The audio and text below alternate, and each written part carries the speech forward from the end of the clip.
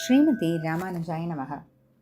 பார்த்தாய பிரதிபோதிதாம் பகவதா நாராயணேன ஸ்வயம் வியாசேன க்ரதிதாம் புராணமுனினா மத்யே மகாபாரதம் அத்வைதாமிருதவர்ஷிணீம் பகவதீம் அஷ்டாதசாத்யாயினீம் அம்பத்வாமனுசந்ததாமி பகவத்கீதே பவத்வேஷிணி. நாள்தோறும் பகவத்கீதையில் 2வது அத்தியாயத்தில் 18வது ஸ்லோகம் வரைக்கும் பார்த்துருக்கோம். 18வது ஸ்லோகத்தில் உடல் ஏன் அழியக்கூடியது அப்படின்னு, உடல் அழியுதுன்னு சொல்கிறாங்க. சரி, எதனால் அழியக்கூடியது அப்படின்றத பகவான் சொல்லிட்டாரு. இப்போ அடுத்து 19வது ஸ்லோகத்தில் ஆத்மாவை பற்றி யார் முழுமையாக புரிஞ்சுக்காதவங்க அப்படின்றத பற்றி பகவான் சொல்கிறாரு.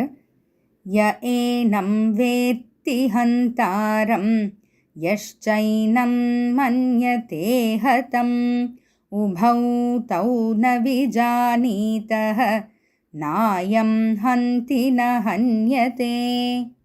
ய ஏனம் யார் ஒருத்தர் இந்த ஆத்மாவானது ஹந்தாரம், அதாவது அதை கொலை செய்யறதுக்கு பொருள் இருக்குன்னு நினைக்கிறாங்களோ, வேத்தி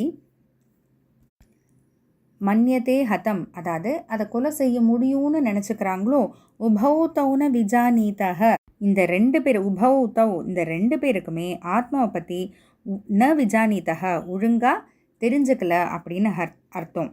அதாவது என்ன சொல்ல வர்றார் பகவான்னா, ஆத்மா அழியாதது, ஆத்மாவை அழிக்கிறதுக்கு எதுவும் இல்லை அப்படின்றதெல்லாம் நம்ம லாஜிக் அப்ளை பண்ணியே பார்த்துட்டோம். ஏன்னா ஆத்மா தான் இருக்கிறதுலே சின்னது தான் பெரியதை அழிக்க முடியுன்றதுனால, எல்லா பொருளுக்குள்ளேயும் ஆத்மா இருக்குன்றதுனால, வியாபிச்சிருக்குன்றதுனால ஆத்மாவை எதுனாலையும் அழிக்க முடியாதுன்னு அதுதான் பகவான் இங்கே சொல்ல வர்றாரு. அதனால் யார் ஒருத்தர் ஆத்மாவை அழிக்க முடியும்னோ இல்லை ஆத்மாவை அழிக்கிறதுக்கு ஏதோ ஒரு பொருள் இருக்குன்னு நினைக்கிறாங்களோ, இந்த 2 பேருமே ஆத்மாவை பற்றி சரியாக புரிஞ்சுக்கலன்னு அர்த்தம். ஏன்னா ஆத்மா எப்படிப்பட்டது? ந ஹந்தி, எந்த பொருளும் கொல்லுவதே இல்லை, ந ஹன்யதே, கொலை செய்யப்படுவதும் இல்லை. அதாவது அதை யார் நினச்சாலும் அந்த ஆத்மாவை அழிச்சிட முடியாது, ஏன் அதை அழிக்கிறதுக்கு ஒரு பொருளும் கிடையாது. இது எதுக்கு பகவான் இந்த இடத்துல சொல்கிறார் அப்படின்னா, அர்ஜுனன் நினைக்கலாம் இல்லையா, ஒருவேளை சரி ஆத்மாவாக இருந்தாலும் என்ன, இப்போ அதாவது பகவான் சொல்கிறாரு, நீ பீஷ்மர்னு பார்க்காத, இந்த ஆத்மா இந்த ஜென்மத்தில் இந்த உடல் எடுத்திருக்கு, அடுத்த ஜென்மத்தில் வேறு ஏதோ ஒரு உருவம்லாம் சொல்கிறாரு.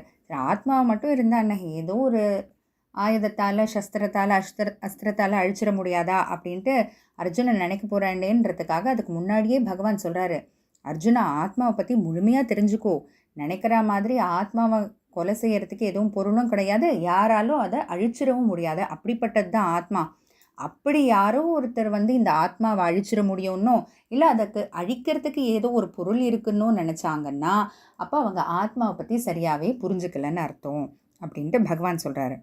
சரி, இப்படிப்பட்ட அந்த ஆத்மாவுக்கு பிறப்பு இருக்கா? சரி, யாராலையும் அழிக்க முடியாது, அதெல்லாம் சரி, அப்போ ஏதான பிறப்பு இருக்குமோ, இப்போ தான் பிறந்திருக்கு அப்படின்னு, இல்லை அதுக்கு ஏதான ஒரு அழிவு, ஏன்னா எல்லாத்துக்குமே ஒரு எக்ஸ்பைரி டேட் இருக்கு இல்லையா, அப்போ நம்ம உடம்புக்கே கூட, அப்போ அது போல் இந்த ஆத்மாவுக்கும் ஒரு அழியக்கூடிய அந்த ஒரு நேரம்னு ஏதானு இருக்குன்னா பகவான் அதை பற்றி அடுத்த ஸ்லோகத்தில் சொல்கிறாரு.